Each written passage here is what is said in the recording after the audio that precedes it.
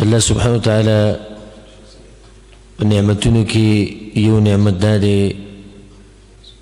چې دا قرآن کریم موږ لره کړی دی او دا زموږ په پیغمبر باندې نازل کړی دی. دا کتاب یا دا قرآن دغه ټول دین دی،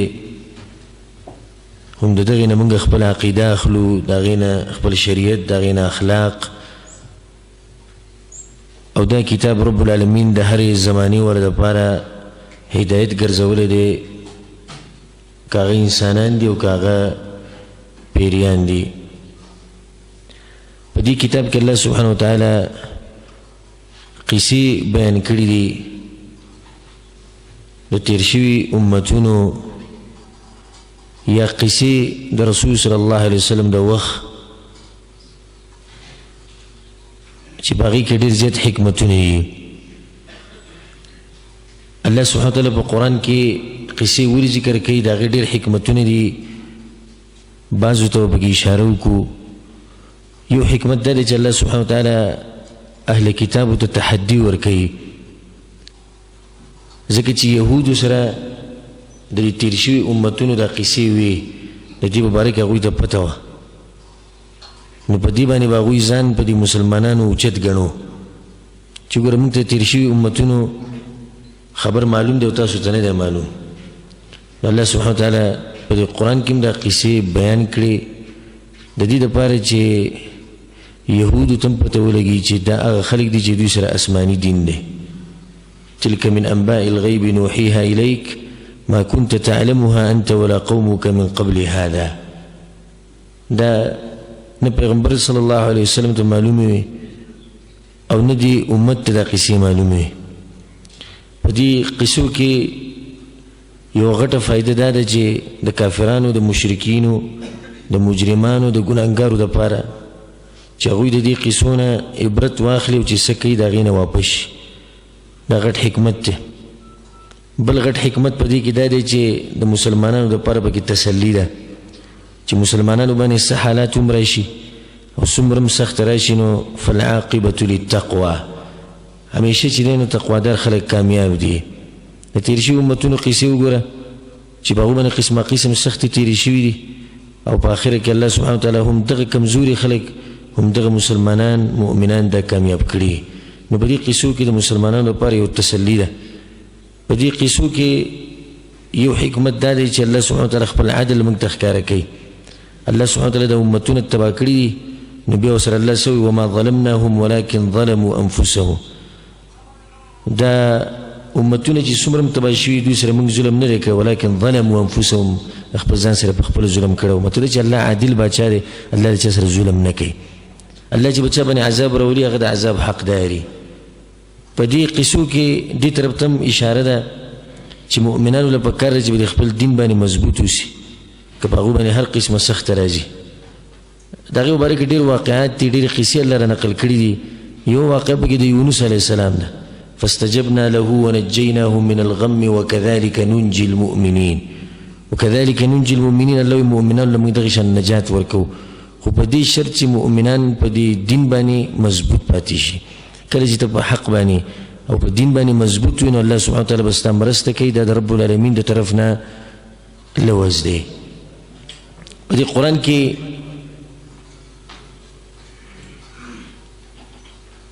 کې الله سبحانه وتعالی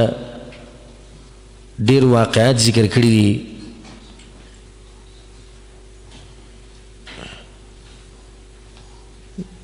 چې هغه د قومونو واقعات دي یا د پیغمبرانو وي.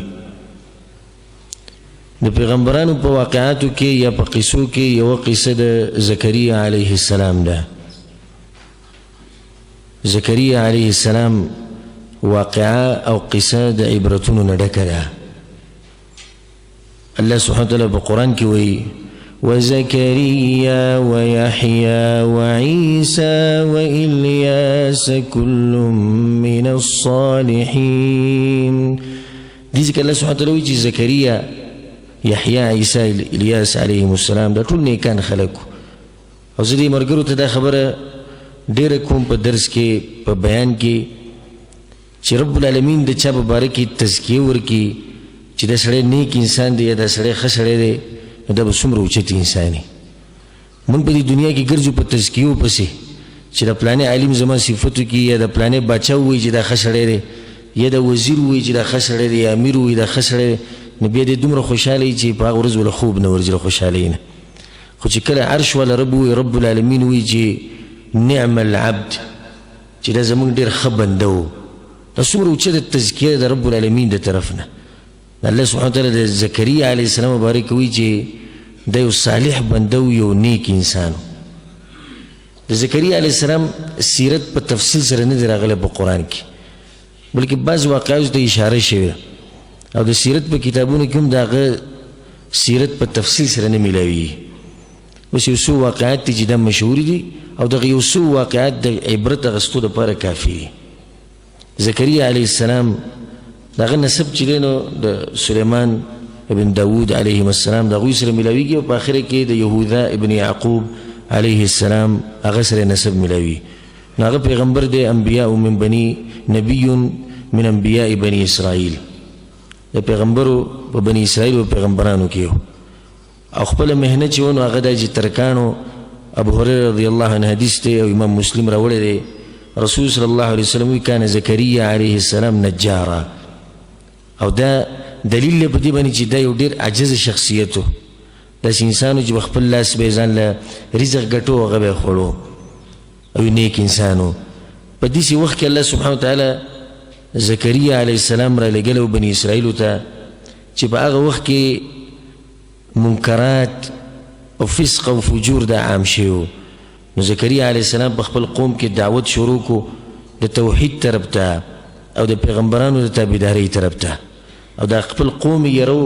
د دې نه چې په تاسو باندې به د الله سبحانه وتعالی عذاب راشي. په دغه ټیم کې یو خو د پیغمبرو او د ده سره چې په دغه ټیم کې کم ملګری و هغه د دغه قوم مشر او د هغه نوم و عمران. عمران په دغه ټیم کې د دې قوم مشر و په سردارانو کې او په مشرانو کې و. د عمران دا واقعه یا د هغه د بیبي واقعه الله سبحانه وتعالی په قرآن کې ذکر کړې ده او د فائدې دپاره یاد ساتئ چې د زکریا علیه السلام نوم په قرآن کې 8 پیرې راغلی 8 پیرې زکریا علیه السلام نوم راغلی او تفصیل سره معمولی تفصیل سره دغه واقعه په سورة آل عمران او په سورة مریم کې راغلی ده. زکریا علیه السلام واقعه د مریم سره د ام عیسی سره هغې ته به اشاره وکړو. زکریا علیه السلام چې کومې زنانه سره واده کړی نو د هغې نوم و عیشع او هغه د مریم خور وه. عیشع د مریم خور و ځکه حدیث کې راځي چې عیسی علیه السلام او یحیی علیه السلام دا د یو بل د ترور زامن و. نو تروریانې داسې وي چې د دوی د میندې چې ده د یو بل خویندې وي. د عیسی علیه السلام مور او د یحیی علیه السلام مور دا د یو بل خویندې وي. نه په زکریا علیه السلام باندې چې کومه زنانه واده وه د هغې نوم و عیشع او دا د مریم خور وه د هغې مشره خور وه. نو دې ځای کې به اشاره وکړو د مریم واقعې ته او د عمران واقعې ته چې په هغې کې عبرت دی. د عمران چې کومه ښځه وه د هغې نوم خپل و حنه. هغې یو ورځ وي دغه شان ناسته وه د هغې بچي نه پیدا کېدو نو دغه شان ناسته وه نو ویې کتو یو مرغۍ راله او خپل بچي له یې په خوله کې خوراک ورکو. چې کله یې په خوله کې خوراک ورکو نو دې بچو ته زړه وشو چې ارمان چې زما بچي وی او الله سبحانه وتعالی ته سوال وکړو. الله سبحانه وتعالی د دې هغه سوال قبول کو او د دې په خېټه باندې حمل ودرېد. چې کله دا حامله شوه نو په دغه ورځو کې چې دی نه د دې خاوند عمران چې دی هغه وفات شو هغه مړ شو او دا زنانه یوازې پاتې شو چې د هغې نوم حنه و. په دې منځ کې دې د الله سبحانه وتعالی دپاره دا منښته وکړه چې الله سبحانه وتعالی ماله دا کوم بچی راکوي دا به زه د رب العالمین دپاره وقف کومه او دې به خدمت کوي د بیت المقدس. د هغې وجه دا دی چې د پلار چې دی هغه د دې قوم مشر او نیک انسان و عمران. نو په کار دی چې دا بچی هم بیا دغه پلار په لارې او خوش قسمت انسان هغه چې بخپلم نیکی او اولاد هم نیکی خو غالبا داسې لازم نه دی چې پلار به نیکی بچی به نیکی یا بچی به نیکی نه پلار به نیکی داسې لازم خبره نه ده یخرج الحی من المیت ویخرج المیت من الحی د ژوندي نه مړ راوباسي د مړ نه ژوندی راوباسي یو تفسیر یا یو مطلب دا دی چې د بېدینه نه دینداره پیدا کېږي او د دیندارو نه بېدینه پیدا کېږي خو د خوش قسمت انسان چې په خپله نیکي او اولاد هم نیکي او په خپله نیکي او مشران نیکان خلک نو د عمران دا بیبي چې وه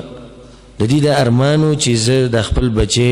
هم د بیت المقدس په خدمت کې ولګوم لکه څنګه چې د ده د پلار نیک انسان الله سبحانه وتعالی د هغې دا واقعه را نقل کوي او د فوایدو نه او د عبرتونو نه ډکه ده او موږ څه داسې تفصیلي تفسیر د دې نه کوو خو بعض ځایونو ته به اشاره کوو د هغې نه به عبرت اخلو چې زموږ د زړونه ژوندي شي د زړونه ژوندي کېږي په قرآن باندې د زړونه ژوندي کېږي د رسول صلی الله علیه وسلم په سنتو باندې لکه څنګه چې پټي له اوبه ورکوې ځمکې له اوبه ورکوې د ځمکه به ژوندي دغه شان چې دې زړه له د قرآن او د حدیث اوبه ورکوې د زړونه به ژوندي او چې کله دې له اوبه نه ورکولې د قرآن او حدیث نو د زړونه مړه کېږي او ځکه رسول صلی الله علیه وسلم په حدیث کې څه ویلي مثل الذي يذكر ربه والذي لا يذكر مثل الحي والمیت دا کم سړی چې خپل رب یادوي او کم چې نه یادوي د دې دواړو مثال داسې دی لکه مړ او ژوندی نو دې ځای کې کم سړی چې الله نه یادوي د هغه تشبیه د مړ سره ورکړه ولې ځکه چې زړه یې مړ دی او په حقیقت کې په دې زړه کې دننه چې اصل شی د هغه دغه زړه دی کوم چې د دې بدن مالک دی او په دې اندامونو باندې باچا دی او رسول صلی الله علیه وسلم په حدیث کې دا خبره کړې ده چې په دې جسم کې یو داسې ټوکړه دی چې کله هغه برابر شي نو ټول جسم برابري او چې دغه ټوکړه خراب شي نو ټول جسم خرابېږي رسول صلی الله علیه وسلم وایي چې دغه ټوکړه دغه زړه ده نو دا زړه موږ به را ژوندی کوو انشاءالله په دې واقعه باندې او د دې نه به عبرت اخلو چې دغه صفات په موږ کې راشي دا کم صفات چې دې واقعي نه اخیسته کېږي د دې نیک بنده د سیرت نه هغه زکریا علیه السلام دی الله سبحانه وتعالی په سورت ال عمران کې وایي چې کله د زکریا علیه السلام د واقعې شروع کولو نه مخکې د عمران واقعه روانې نو د عمران ښځې دا ووایي کله چې د هغې د بچی پیدا شو رب انی وضعتها انثى عجیبه کار دا شو چې دې خو منښته کړې وه چې دا به د بیت المقدس خدمت کوي دا به هلک ځکه چې خدمت خو د خو هلک کوي هلک چې څه کولی شي هغه جنۍ نه شي کولی خو عجیبه کار دا وشو د رب العالمین کارو چې دغه ماشوم چې کم پیدا شو نو هغه جنۍ وه هغه هلک نه رب العالمین دغه واقعه نه نقل کوي نو کله چې د هغه د لور پیدا شوه د دې زنانه نو الله ته دا ووایي رب انی وضعتها انثى والله اعلم بما وضعت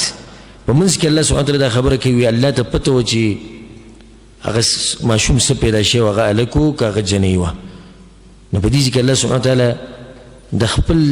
د خپل باره کې تعظیم یا خپل تعظیم زموږ په زړونو کې کینی نو په منځ کې پکې دا خبره راوړه والله اعلم بما وضعت او الله ته پته وه او یو قرت داسې دی والله اعلم بما وضعت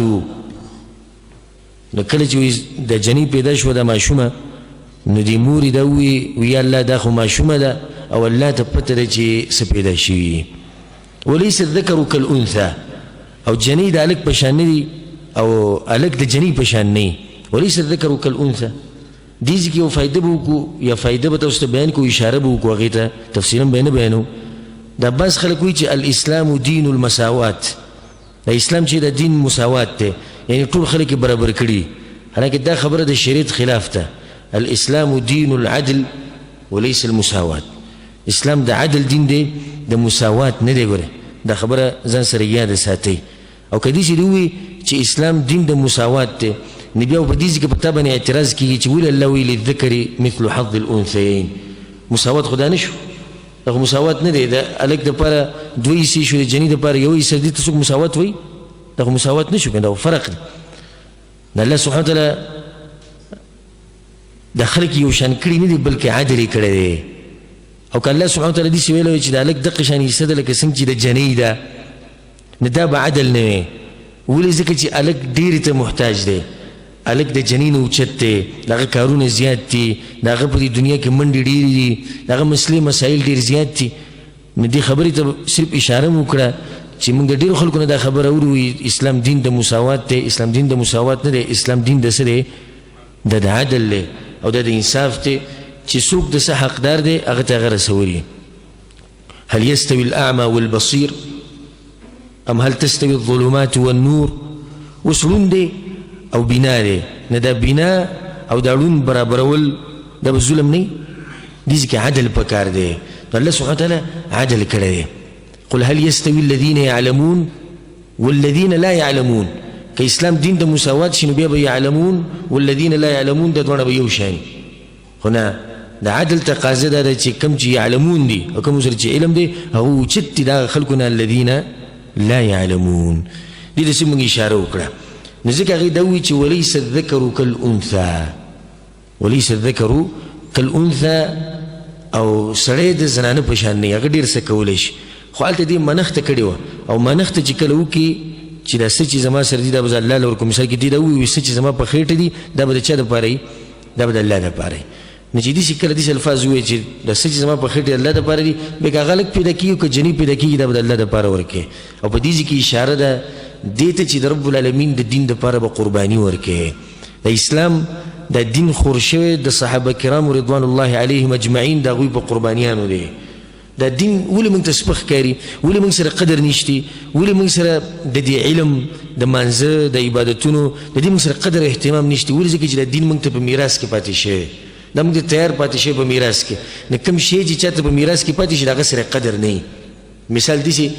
چې یو سپین ږیری انسان یې مشر سړی هغه ځمکې اخیستي، هغه به د ځمکو باندې سخت میني او چې څوک ورته دا وایي چې دا ځمکه خرڅه کړه لکه د ټوپک ډز چې پکې د ځمکې د خرڅولو به ورته نه وي. ولې؟ ځکه چې به دې ځمکه باندې دی ستړی شوی دی، د پیسې ورکړي دي، د دې لپاره منډې وهلي. بیا چې کله دی مړ شي دغه اولاد راشي هغه ول هغه ځمکه ټوله هغه هر څه ول ختم کړي، ځکه چې هغوی په خپله دې لپاره څه محنت نه یې کړی. نو دا دین چې دی دا د صحابه رضوان الله علیهم اجمعین د دې لپاره هغوی وینې تویې کړي، د دې لپاره هغوی سفرونه کړي. او که اوس دا صحابه ژوندي وي او موږ ته تپوس کړی وي چې دا دین څه ته وایي، نو تاسو ته بیان کړی وي چې دین څه ته وایي. او موږ سره دا قدر په دې نشته چې موږ ته د پلار نیکه نه دي سلسله راغلې، د پلار مسلمان او هغه د هغه پلار مسلمان او داسې دا سلسله ده. الله سبحانه وتعالی دې زموږ په زړونو کې د دې دین دا قدر پیدا کړي. او دې طرف ته پکې اشاره ده چې دین قرباني غواړي. موږ وایو چې موږ ته جنت میلاو شوی او دا نعمتونه موږ ته میلاو شو، خو زموږ د طرف نه څه قرباني نشته.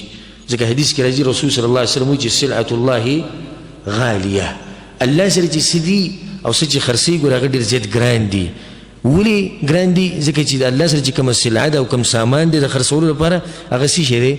هغه جنت دی. جنت په اسانه باندې نه میلاویږي، جنت لپاره کوشش پکاري، جنت لپاره محنت پکاري. دې چې وګوره دې زنانه ته او دا ګوره زنانه ده او موږ خو سړي یو او بیا غالبا ځوانان هغوی ته زه واورئ دا خبره، دا زنانه ده او یا الله څه چې زما په خېټه دي دا ستا دپاره دي. بچې پوره قرباني کول د رب العالمین دپاره دا ګوره ډېر غټ جهاد دی، دا ډېر غټ زړه غواړي. موږ ته خو صرف اوس واقعه ده، موږ ته به دومره احساس نه کېږي. او کوم سړی چې دا کار کوي د هغه نه تپوس وکړه. موږ صرف دومره نشو کولی چې خپل بچې د قرآن مدرسې ته داخل کو، خپل بچې په جامعه کې داخل کو، خپل بچې په مدرسه کې داخل کو. موږ دومره هم نشو کولی. حالانکه دا بچې پوره وقف کول الله ته نه دي ګورئ، خو د بچي لږ وخت وقف کول دي د رب العالمین دپاره. پوره بچې خو وقف شوی نه دی که نه. دې ځای کې د دې واقعې نه یو دا عبرت اخیستی کېږي چې د دین دپاره قرباني ورکول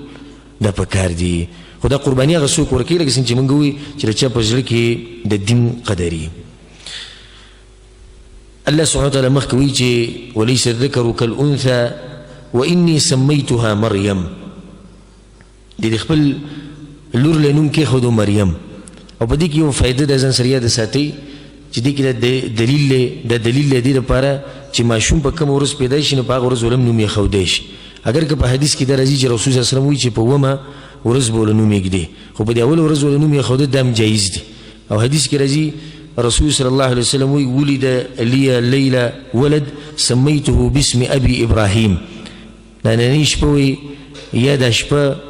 زما زوی شوی دی او ما ول نوم ایښودی د خپل پلار په نوم باندې ابراهیم علیه السلام، د هغه په نوم ول نوم ایښودی. دې کې دا فایده ده. بیا مخکې وایي چې واني اعیذها بک وذریتها من الشیطان الرجیم. او الله زه پناه نیسم په تا پورې د دې نه چې زما دې لور ته شیطان نقصان ورسوي. خپلو بچو باندې د ذکر او اذکار ویل او د دې لپاره چې الله سبحانه وتعالی د هغوی حفاظت وکړي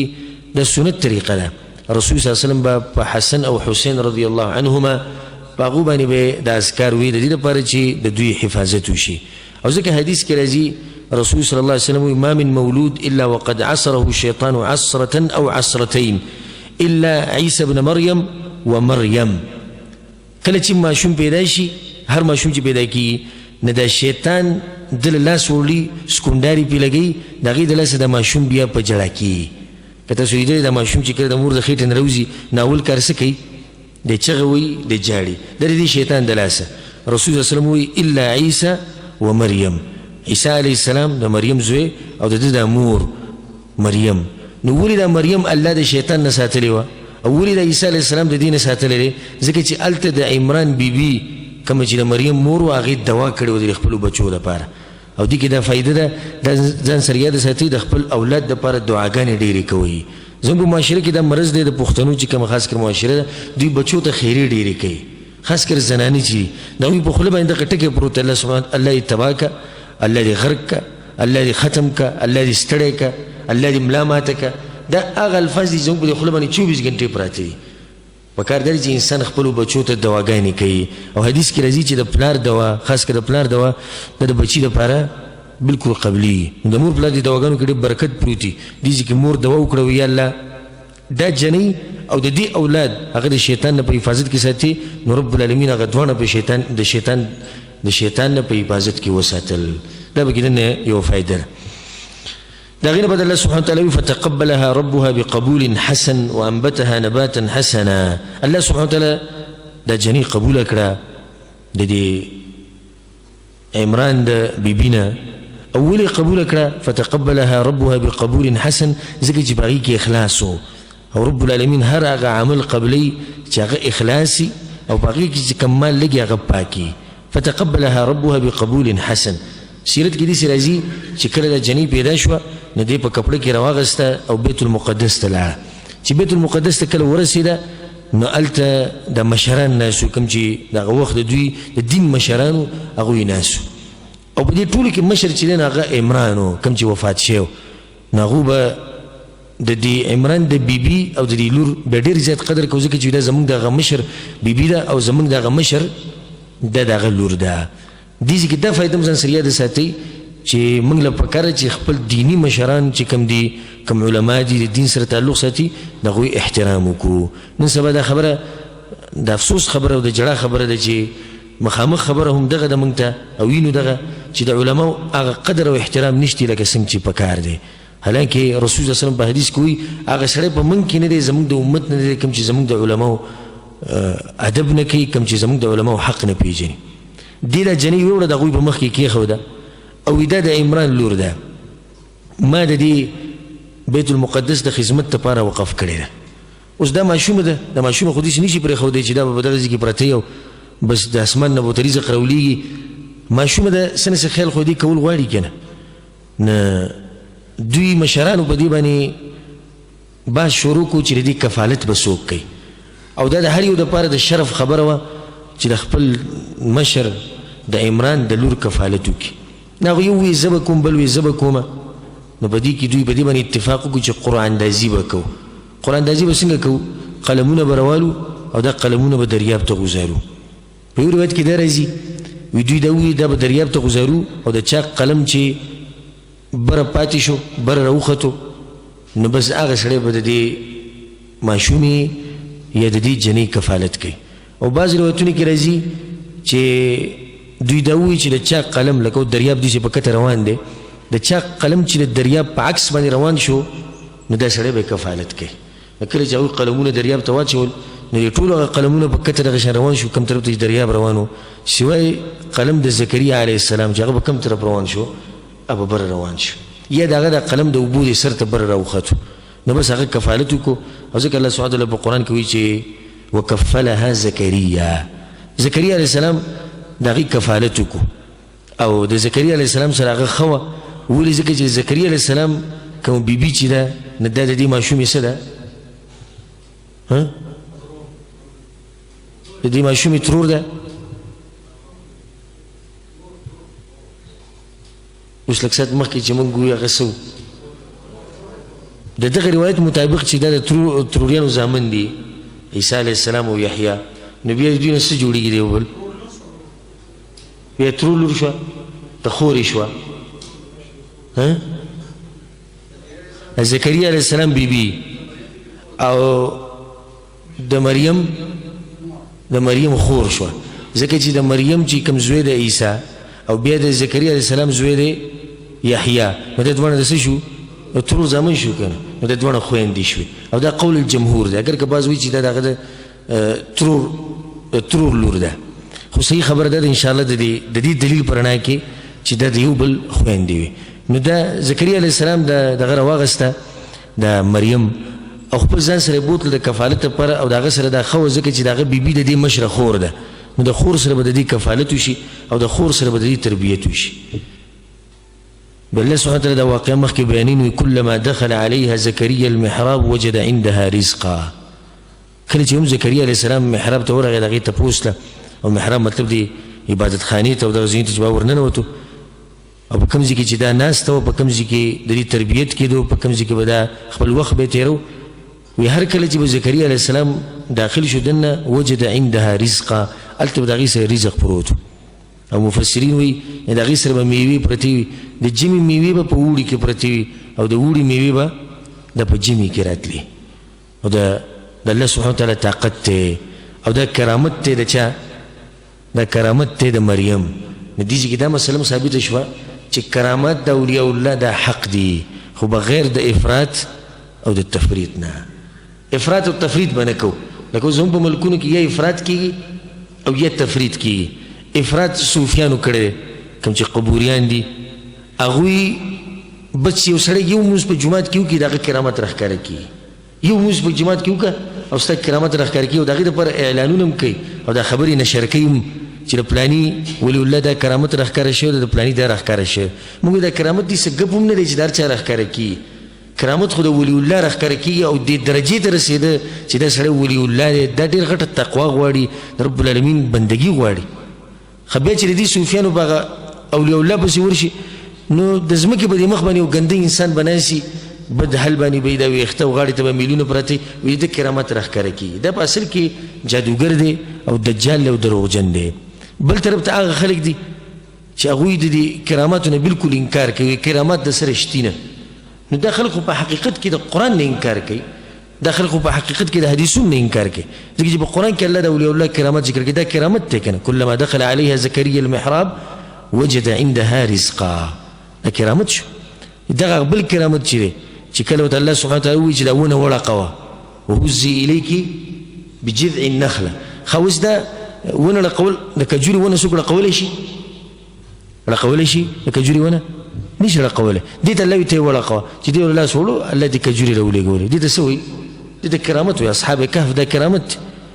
نو بغیر د افراط او د تفریط نه موږ د اولیاء الله کرامات منو داسې نه وایو چې بس د هر چا کرامت راښکاره کېږي نه موږ وایو د اولیاء الله چې کوم دي حقیقي اولیاء الله کوم چې الله سبحانه وتعالی په دین روان دي او د رسول صلی الله علیه وسلم په لار مضبوط دي د هغوی کرامات حق دي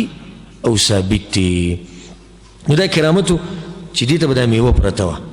زکریا علیه السلام په تعجب کې شنو تپوس یې وکړو قال یا مریم انا لک هذا ده ته له څوک راوړي ستا کفالت خو ما کړی دی او خرچه زه کوم خوراک زه راوړمه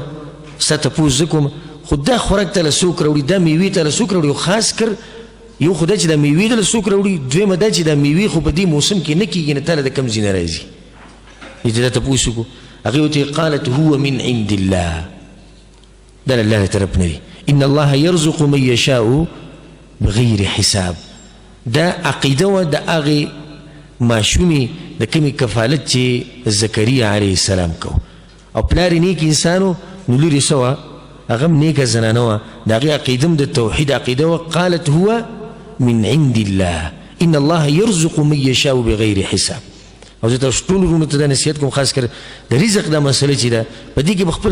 په خپل رب باندې ښه مضبوط یقین ساتئ او موږ سره لوز کړی دی وی رزق به دله زه در کوم او الله سبحانه وتعالی د خپل لوز خلاف چرته هم نه کوي زموږ غټه مسله ده نن سبا د رزق پسې د منډو صحیح دی چې اسباب که ته غواړي موږ دا نه وایو چې ته دا ووایې چې الله رزق راکوي په کور کې کښېنه دا د صوفیانو دین دی چې صرف د جومات ګوټ راونیسه دنیا نه بالکل ځان لرې ساته موږ داسې نه وایو موږ دا وایو اسباب لټوه خو اسبابو کې دومره مه مصروفه کېږه چې رب العالمین د نه هېر شي اسبابو کې دومره مه مصروفه کېږه چې رزق ګټلو دپاره چې هغه رازق د نه هېر شي او ما د مخکې ورځو کې یو تصویر لیدلی یو پوسټ مې لیدلی په نیټ باندې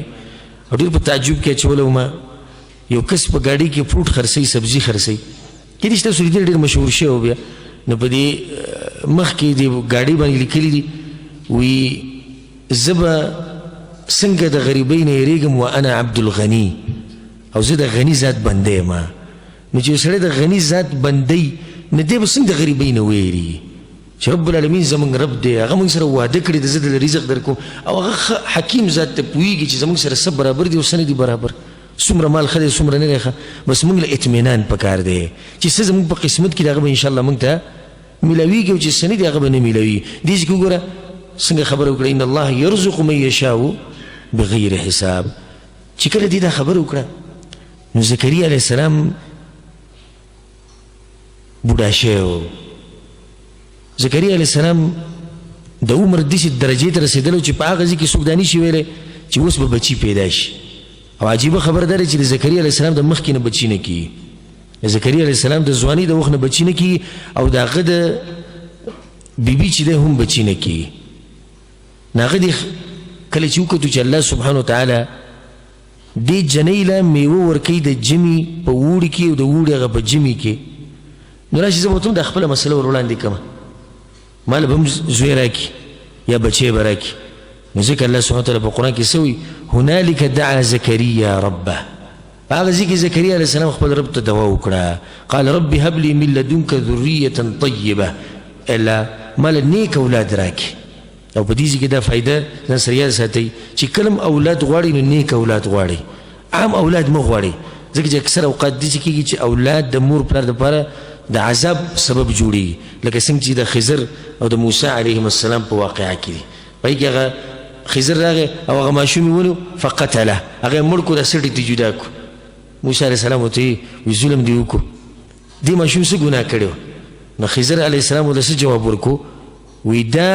ماشوم په مستقبل کې دی چې لویدو یو فاجر فاسق انسان او د ده د لاسه د ده مور پلار چې دی نه هغه به هم خرابېدو د هغوی دین به هم خرابېدو نه داسې شوي دي او تاسو به هم لیدلي او موږ هم لیدلي چې د بچو د لاسه انسان آخر څه شي بېدینه شي په فتنو کې واقع شي په عذابونو کې واقع شي نو کله چې هم د الله سبحانه وتعالی نه بچي غواړئ نو دا قید ورسره لګوئ یا الله ما له نیک عمله بچي راکړي او ما له صالح اولاد راکړي چې صالح نه وي په هغوی باندې څه کړي هغه ستا دپاره الټه ښه غم جوړېږي الټه ستا دین خرابوي ښه د مسلې ډېرېږي په صورت مریم کې الله سبحانه وتعالی دا واقعه لکه په تفصیل را نقل کړې د دوا ده نو هغې کې به هغه ایتونه به ووایو او د هغې نه چې کوم فواید راوځي هغه به بیان کړو اگر که وخت لږ پاتې دی خو دغه یو څو ایتونه دغه به ووایو د هغې نه بعض فواید الله سبحانه وتعالی به کوي کافها یا عین صاد ذکر رحمت ربک عبده زکریا الله وی تذکره کېږي اوس د هغه رحمت چې الله په خپل بنده زکریا علیه السلام باندې کړه او که ستاسو خیال الله سبحانه وتعالی د پیغمبرانو سره د عبد دا ټکی لګوي سبحان الذي اسرى بعبده ولې الله د عبد دا ټکی لګوي د پیغمبرانو سره دې طرف ته اشاره کوي چې پیغمبر که درجه ډېره اوچته شي خو د الله درجې ته نه رارسي په دې کې رد دی په دې بریلیانو باندې او په دې صوفیانو باندې کوم چې انسانان اوچت کې کوم ځای ته ورسوي رب العالمین درجې ته ورسوي زکریا علیه السلام که ډېر اوچت انسان دی او ډېر نیک انسان دی خو دی د چا بنده د رب العالمین بنده دی ذکر رحمت ربک عبده زکریا اذ نادى ربه نداء خفیا کله چې وی الله سبحانه وتعالی ته اواز وکړو پټ اواز یې وکړو غلی اواز یې وکړو او دا د مسلمان شان دی چې دی د الله سبحانه وتعالی سره رابطه ساتي نو پټه رابطه ساتي پټه څنګه ساتي د خلکو نه هم پټه ساتي او په خپله چې هم دا رابطه کوي نو غلي رابطه کوي چغې نه وي اواز نه اوچتوي او ځکه بعض سلف دا وي بعض وی زکریا علیه السلام قام من اللیل د شپې ودرېدو او تهجد یې کول او په هغې کې وقد نام اصحابه د هغه دا ملګري چې څومره دا ټول ویده شي خلک ټول ویده او دې منظر ته تاسو په خپل ذهن کې دا تصویر جوړ کړئ چې زکریا علیه السلام سپین ږیری انسان رب العالمین ته ولاړ دی د شپې او ټول خلک ویده شوي فجعل يهتف بربه يقول خفية يا ربي يا ربي يا رب. وی اللہ تلی گیو پٹ پٹ لگیو چی یا اللہ یا رب اے زما ربا اے زما ربا. وی اللہ وتوی لبیک لبیک لبیک تسوی داشی اللہ سبحانه وتعالی دا انداز خوخ شو دا اخلاص او دی چی راغل رب العالمین تلی گیا دے خط تسوی اللہ تا. نوی قال زكريا عليه السلام وی ربي إني وهن العظم مني واشتعل الرأس شيبا ولم أكن بدعائك ربي شقيا. وی اللہ دا اڈوکی زما زاڑا شوی دے و کمزوری شوی دے او دویم کار دا شوی دے چی سر می تک سپین شوی دے دا سر بکی تور و اختشتینا دا دلیل لے بدی بانی چی دے دا عمر بالکل پا آخری درجہ کے ہو کما چی انسان دیسی درجی تا ورسی چی دا غنی بالکل دا بچی دا تم سکنیشی کولی چی دا و بچے ہوشی. ندیزی که دا فایده سر یاد ساتی چی کلم اللہ تا دوا کوئی نو پاوله که خپل کمزورتی اللہ تا بیانوی عجزی اللہ تا خکار کوئی. زمین دا خلق دواگانی که لاس بدسی وچت کردی خی طرف تا بگوری بابا گست گوری سوک بر گوری سوک کت گوری منزن باد بتا سوی زمین دا پختانه رونی چی دوا کئی درشن دا لاسونم دقشن یخودی بنی سنگ یخودی لاسونه او کل خی طرف تا گوری گست طرف تا گوری او یا لما بخ بیا مخلا لاسون رواچی و روانشی دا دوا اللہ سبحانه وتعالی نقبله. سکه چې په دعا کې د رب العالمین طرف ته توجه نه و په دې کې عاجزي نه و نو کله چې الله ته دعا کې په اوله کې به عاجزي وکړي الله ته خپل کمزورتیا بیان کړي او د الله عظمت به بیان کړي چې الله ته ډېر عظیم وي په هغه باندې به ثنا ووایي د هغه حمدونه به ووایي او خپل کمزورتیا به بیان کړي. کله چې زکریا علیه السلام دا خبره وکړه او دی ورته ووایي ګوره دې خبرې ته او په دې کې سوچ وکړي چې إني وهن العظم مني واشتعل الرأس شيبا ولم أكن بدعائك ربي شقيا. او يلا ديسي ندي شوي چې ما ته دوا کړي او تا نه قبول کړي ودیږي کې حسن الظن بالله سبحانه وتعالى. ځکه حدیث کې راځي امام ترمذی راوړی دی ادعوا الله وانتم موقنون بالاجابه. کله چې الله سبحانه وتعالى تاسو دوا کوي نو ديسي دوا کوي چې تاسو یقیني چې الله زما د دوا قبلې زمونږ د دواګانی الله سبحانه وتعالى ولې نه قبلې ځکه چې مونږ تجربه کوو او تجربه الله نه قبلې مخو لا سوچت کو يلا ما لدا شراك يلا ما بني رحمك يلا زكا وشو يخد التجربه ده الله سبحانه وتعالى التجربه نقب لي تجي كره دواك ولا سوجته نصو في صد بس تبرزلك ده يقيني او ده بس ايماني تزوز ده لس وچتوم الله سبحانه وتعالى ده دواكم ده الله قبلي چکر ديس ايمان او يقين پتا کې دنو الله سبحانه وتعالى سد دوا قبلي ده زكريا عليه السلام څنګه عجيب دوا قبول کړی ده نستد وړي دواګانی دا وته سخ کړي ایس وتم نخ کړي خو دومره دی چې تاسو په ځان کې یقین به پیدا کړئ او په الله سبحانه وتعالی باندې به ښه ګمان ساتئ. یو حدیث کې راځي جابر رضی الله عنه حدیث دی چې رسول صلی الله علیه وسلم دا خبره کړې ده لا يموتن احدكم الا وهو يحسن بالله الظن. تاسو کې څوک مړ نشي مګر په داسې حال کې چې په الله باندې ښه ګماني د خپل رب نه ښه ګمان ساتئ چې هغه زمونږ رب دی زمونږ مرسته کوي زمونږ دعاګانې قبلوي د الله نه ناامیده کېږئ مه. او کوم سړی چې په الله باندې څنګه ګمان ساتي الله ورسره هغه شان کوي او معروف حدیث قدسي دی انا عند ظن عبدي بي. الله سبحانه وتعالی وی زما بنده چې په ما باندې څنګه ګمان کوي هم هغه شان زه د بنده سره کومه. کوم سړی چې دا وایي چې زما رب ما سره دی هغه زما سختې حل کوي هغه به ماله د قرضې به زما ختمي کي هغه به د بیماریانې ختمي کي هغه به زما د غربت ختم کي هغه به زما د مسافرۍ د مسایل چې دی اسان کي الله سبحانه وتعالی سره هغه شان کوي ځکه چې خپل رب باندې ښه ګمان کړی او چې کوم سړی د خپل رب نه داسې ناامیده شي غونته کي چې نه بس الله زموږ دعاګانې نه قبلوي او الله زموږ سره مرسته نه کوي الله ورسره په حقیقت کې بیا مرسته نه کوي او نه الله سبحانه وتعالی دله د خپلو نعمتونو کې صبر کوي ځکه چې د په الله باندې دغه ګمان کړی دی نو الله ورسره هم هغه شان کړي. زموږ ټولو ته نصیحت دی چې په الله باندې ګمان ښه ګمان ساتئ. په دې مجلس کې چې څومره خلک هم ناست دي یا دا بیان څوک هم اوري ټولو ته موږ دا وایو که بچا باندې غربت دی غریب دی قرضي دی مسلې دی ښه ګمان ساته الله سبحانه وتعالی به ستا د قرضې ختمې کړي. د چا بچي نه کي هغه ته موږ دا وایو ښه ګمان ساته په خپل رب باندې هغه رب باندې چې زکریا علیه السلام له په دې عمر کې په داسې وخت کې بچی ورکړی تعلیم درکولی شي خو ته ښه ګمان ساته. هغه کسان چې هغو ته مسایل دي هغو ته مسلې دي په مشکلاتو کې پراته دي ژوند یې تنګ شوی دی هغو ته موږ دا وایو په خپل رب باندې ښه ګمان ساتئ دا ژوند به ستاسو پراخه شي الله به د هره مسله حل کړي خو په شرط د دې چې په خپل رب باندې به ګمان به ښه ساتئ او دویم دا چې کله ورته دوا کوئ نو وانتم موقنون بالاجابه دوا سره د دې چې الله سبحانه وتعالی به زما د دعا قبلوي نو بیا به الله سبحانه وتعالی تاسو به وینئ او دا ته زه ګورئ شرطین دا خبره کوم د دعوی سره کوم دا خبره سره ولیکي چې په چا کې دا دوه خبرې وي په الله باندې ښه ګمان او دوای کوله او په دې دوا کې چې کوم شروط دي آداب دي هغه به کې دننه وو د دې انسان چې څومره مسایل دي هغه به د الله سبحانه وتعالی به ختموي او الله سبحانه وتعالی ورسره مرسته کوي وما ذلك على الله بعزیز دا الله سبحانه وتعالی دا خبره وکړه خو اوس دې د بچي سره لپاره غواړي په آخري عمر کې سره بچي سره لپاره غواړي که موږ ته کې لکه اوس مثال کې عام یو انسان دی او لاس یې اوچت کړي دي په آخري عمر کې ویښتې سپین شوي دي وایي یا الله ماله بچی راکړي ستا اوس څه خیال چې دی د بچي سره لپاره غواړي د میراث لپاره په آخري وخت کې د میراث لپاره او یا د څه لپاره د خدمت لپاره خو دې کې زکریا علیه السلام ولې بچی غواړي څه وایي واني خفت الموالي من ورائي زه به دې تربورانو باندې یېرېدلی یم په دې کسانو باندې یېرېدلی کوم چې به زما نه شاته پاتې کېږي چې دوی داسې نه په دې دین کې تبدیلیانې رانولي داسې نه په دوی کې بېدیني ډېره نه شي وکانت امرأتي عاقره او یا الله زما بیبي چې کومه د هغه شنډه د هغې بچي نه کېږي فهب لي من لدنک ولیا او یا الله ته راله یو بچی راکړي په دې کې دا فایده ده ساتئ چې مفسرین و علما وایي د پیغمبرانو دې دعاګانو ته وګوره داسې دعاګانې کوي چې لکه عقل یې نه مني انساني عقل دا خبره نه مني اگر که رب العالمین کولی شي دا جدا مسله او زموږ عقیده ده خو لکه ظاهري حالاتو مطابق لکه مثال کې یو سړي باندې کینسر مرض راغی الله سبحانه وتعالی دې ټول مسلمانانو حفاظت وکړي د دغې نه او په چا چې دی الله سبحانه وتعالی د هغوی له شفا ورکړي نو ډاکټري اصولو کې د دې سړي علاج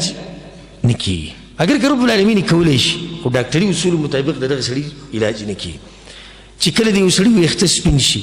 او اډوکې بالکل کمزوري شي او ښځې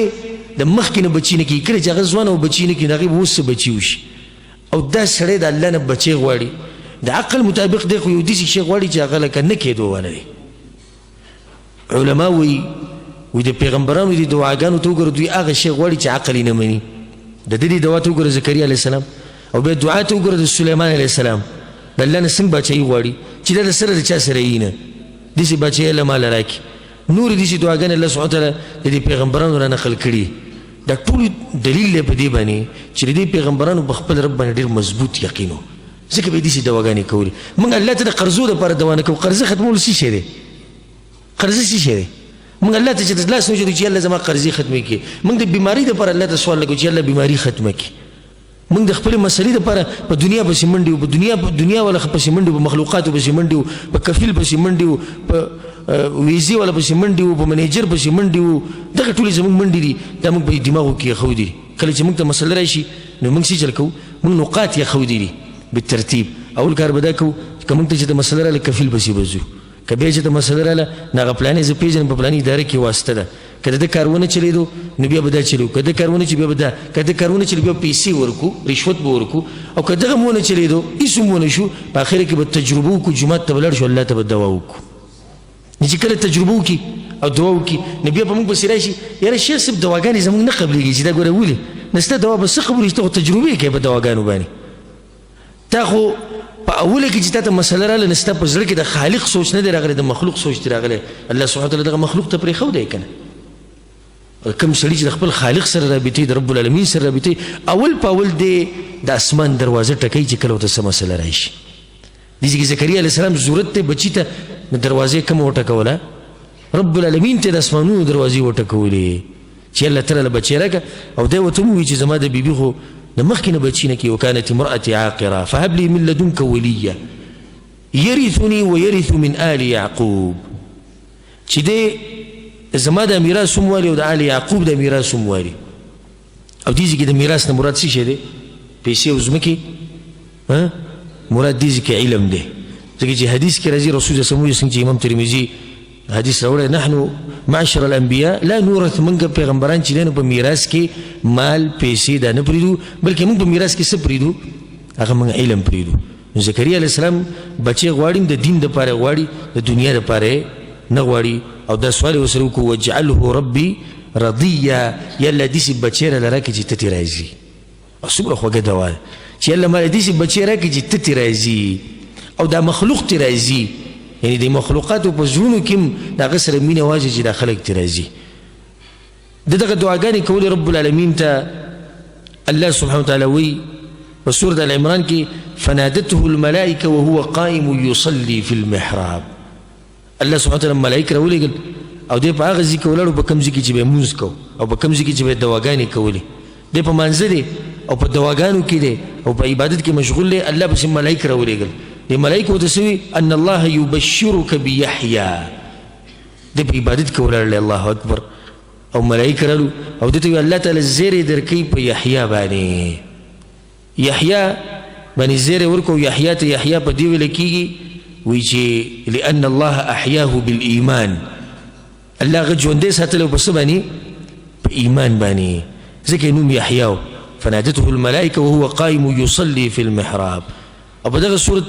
مریم کې الله سبحانه وتعالی یا زکریا انا نبشرك بغلام اسمه یحیی لم نجعل له من قبل سمیا.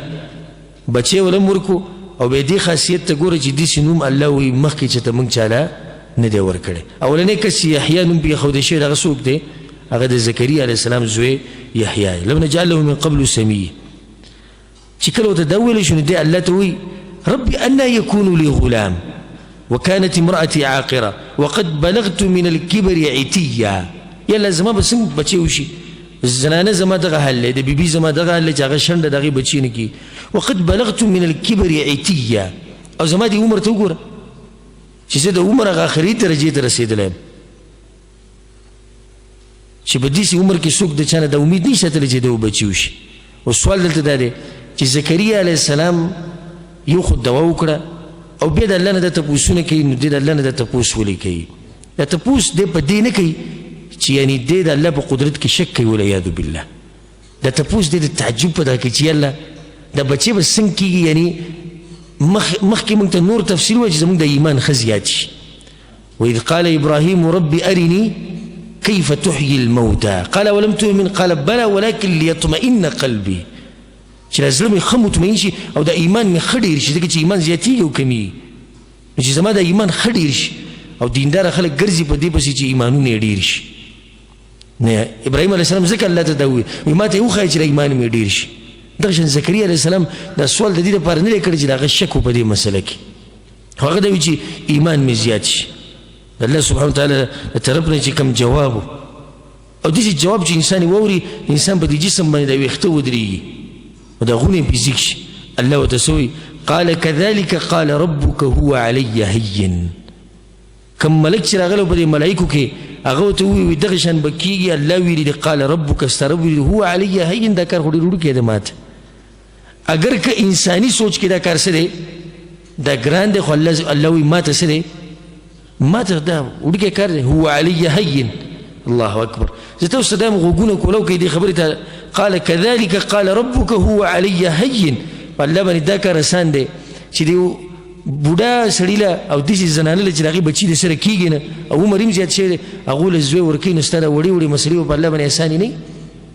قال كذلك قال ربك هو علي هين. او بیا عجیبه خبره وقد خلقتك من قبل ولم تك شيئا.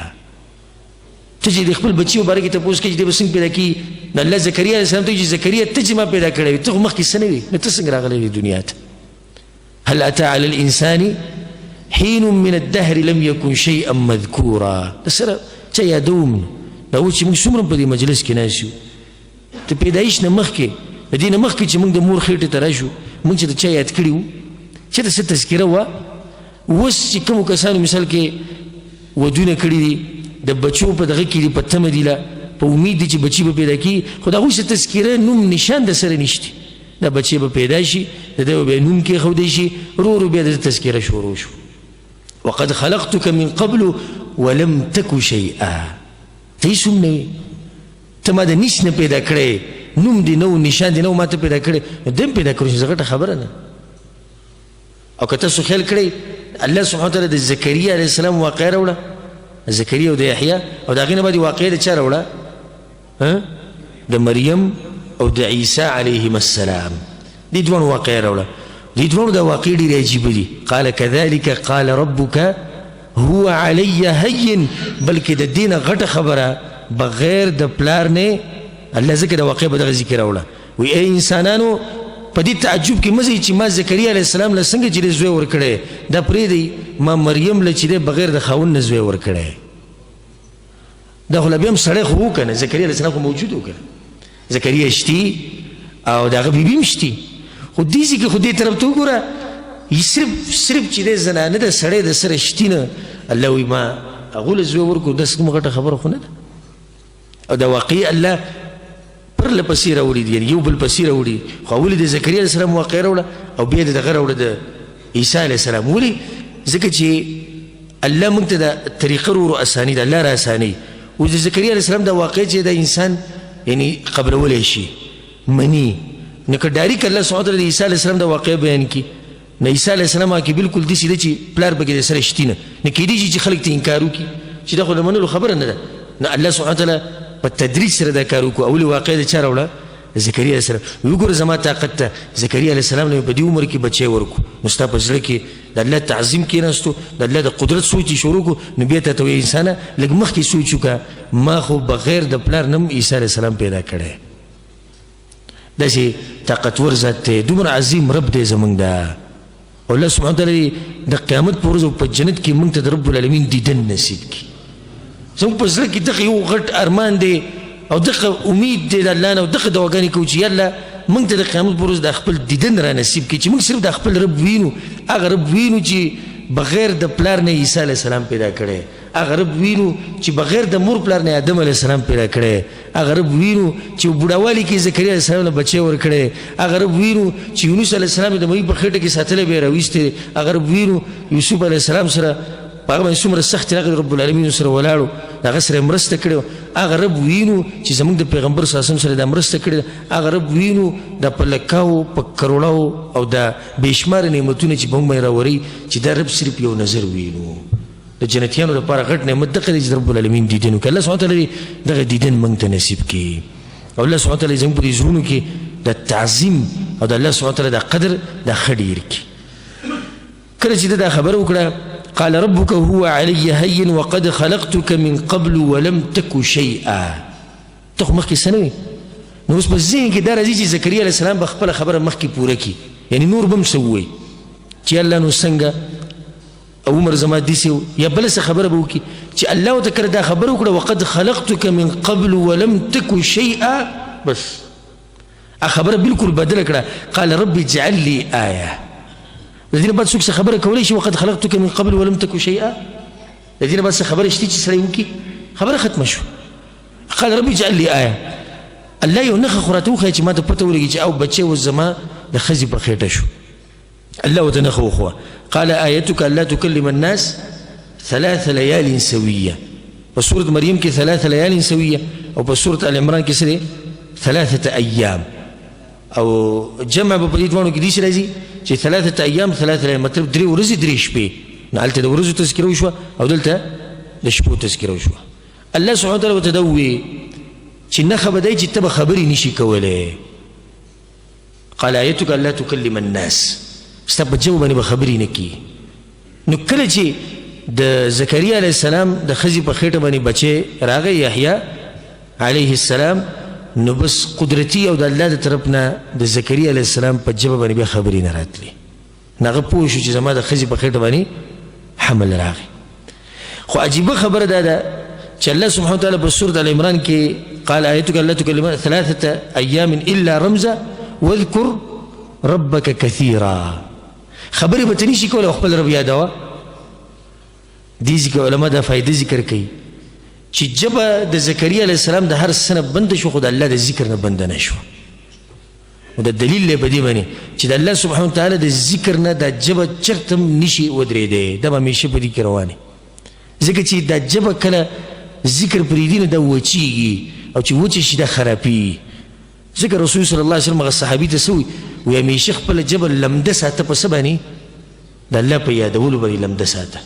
دا ژبه ژوندی وي د الله په یادولو باندې د زړه ژوندی د الله په یادولو باندې د الله یادول چېرته ده دې کې وقفه نه راځي دې کې ودرېدل نه راځي دې ځکه ګوره وایي ته به خبرې نشي کولی د خلکو سره خو واذکر ربک ګوره خپل رب به ډېر یادوې ذکر به کې نو بس قدرتي د زکریا علیه السلام په ژبه باندې به د الله ذکر راتو او د عامې خبرې چې کومې دي دا به نه راتلې الله سبحانه وتعالی ولا یحیی ورکو او بیا د هغه مبارک الله سبحانه وتعالی چې کوم داغه تذکره کړي وحنانا من لدنا وزکاة وكان تقيا وبرا بوالديه ولم يكن جبارا عصيا وسلام عليه يوم ولد ويوم يموت ويوم يبعث حيا تغني كامله زوی ول الله ورکو او په دې باندې بس دې خبرې ته وسې اشاره وکړو وسلام عليه يوم ولد ويوم يموت ويوم يبعث حيا په انسان باندې درې مرحلې ډېرې ګرانې مرحلې راځي وسلام عليه يوم ولد وكم ورچی پیدا شو انسان چې د دنیا ته راشي او پیدا شي نو د مصیبتونو سره مخ شي او د سختو سره مخ شي لا اقسم بهذا البلد وانت حل بهذا البلد ووالد وما ولد لقد خلقنا الانسان في كبد انسان په دې سختو کې همیشه د طرف ته خې طرف ته ګس ته مخ کې شاته کتبره د جون په دې سختو کې دنه نو په دې جون کې الله سبحانه وتعالى وی سلامتیا او د احیا د پاره ويوم يموت او کوم ورځ چې مړ کېدو دغه ورځ ګورې په انسان باندې ډېره سخته ورځ راځي په کوم ورځ چې د روح د بدن نه جدا کېږي دا ډېر عجیبه وخت او ډېره سختې ځکه بعضې روایتونو کې راځي چې دومره سختې په انسان باندې لکه 300 ګزارې چې یو سړی په چړو باندې یا په توره باندې وایي او په دې ورځ باندې الله سبحانه وتعالی وی یحیی علیه السلام ته زموږ د طرف نه سلامتیا وه د مخکې نه ګورې د مخکې نه وسلام علیه یوم ولد ويوم يموت او بیا ډیره چې کومه د یری ورځ ده کوم د پاره چې موږ په دویم پیر بر پاسو هغه ورځ د قیامت الله دا ول نو ويوم يبعث حيا هغه ورځ دې په سلامتیا کې دا به څومره اوچت انساني چې په دې درې مواقفو کې الله سبحانه وتعالی سلامتیا ورکړي زکریا علیه السلام چې بیا د څو کسان د لاسه قتل شوی دی چې به هغه واقعه معلومه ده اختلاف ته په صحیح سره دا خبر نه ده معلومه چې ولې قتل کړی بعض علما دا خبره نقل کوي چې د زوی د لاسه کله چې هغه زوی قتل کړی شنو بیا هغه وخت چې کوم باچاو د فلسطین هیرودوس یا هیرودس دغه نوم هغه بیا بده پسې ګرځېدو او دیم قتل کو او دته منډه والی زکریا علیه السلام مخې ته ونه راغونه زکریا علیه السلام ته کولاو شو او زکریا علیه السلام باغی کې ورننه وته چې ورننه وته نو زکریا علیه السلام د کپړو سیسه بهر پاتې شو چې هغه نو ته پته ولګي چې هغه دی ونی ته ورننه وته نو اره راغسته او هغه ونه په منځ باندې دوه ټوکړي کړه چې هغه ونه کړه دوه ټوکړي شو نو دغه سره زکریا علیه السلام هغه دوه ټوکړي شو او دا د يهودو مشهور فعل دی د پیغمبرانو وجل د پیغمبرانو قتل کول الله سبحانه وتعالی په قران کې هغه مبارک دا خبره کړې ده دې سره چې زموږ د بیان یا زموږ د درس چې د اختتام ته ورسېدو دا په اختصار سره موږ د زکریا علیه السلام تذکره په قران کې او دا غینه بعض فواید هغه موږ ذکر کړو او الله سبحانه وتعالی موږ له توفیق راکړي په قران او حدیث باندې عمل کولو او الله سبحانه وتعالی موږ په قران او حدیث باندې پوک او الله سبحانه وتعالی موږ له هغه علم راکړي چې موږ له فائدہ راکړي او هغه علم نه دی الله موږ لري ساتي چې موږ له نقصان راکړي او ان شاء الله دوی ملاقات به زموږ تاسو سره چې په احد رفیده کې هلته ان شاء الله ما خم منځنه بعد په جامع صفوان کې بیانې د آخرت مبارک کې د قبر د سخت مبارک چې د قبر کې انسان په کوم مراحل باندې تیریږي ان شاء الله هغه بیان به ډېر ایمانی بیاني نو کوشش کوي چې هغه علم راشي او زه د بیان په آخر کې د الله سبحانه وتعالی شکریا ادا کوم او خالص او خاص شکریا د رب العالمین لپاره ده دا غیر بعد زه د مکتب دعوه الارشاد وتوعیه الجاریات بابها دا غوی خصوصي شکریا ادا کوم او د اداره د جامع راجی چې کوم اداره ده او په دې کې چې کومرونه لګیدي او کوم چې د منډه والي د محاضرې د ترتیب لپاره هغه ټول شکریا ادا کوم او هغه ټول لپاره موږ د سوال کوو چې الله سبحانه وتعالی دا غوی د کوششونو قبول کړي او الله سبحانه وتعالی د دې کوششونو په بدله کې هغوی له جنتونه ورکړي او ستاسو خصوصي شکریا ادا کوم چې تاسو د کمزوري بنده د بیان اورېدو لرالی او د ستاسو محبت دی او د ستاسو ښه ګمان دی په موږ باندې الله سبحانه وتعالی ستاسو ټولو سره محبت وکړي او الله سبحانه وتعالی دا قدمونه کوم چې تاسو اخیستي دي ستاسو لپاره الله د قیامت پر ورځ نیکیانو په تلو کې حساب کړي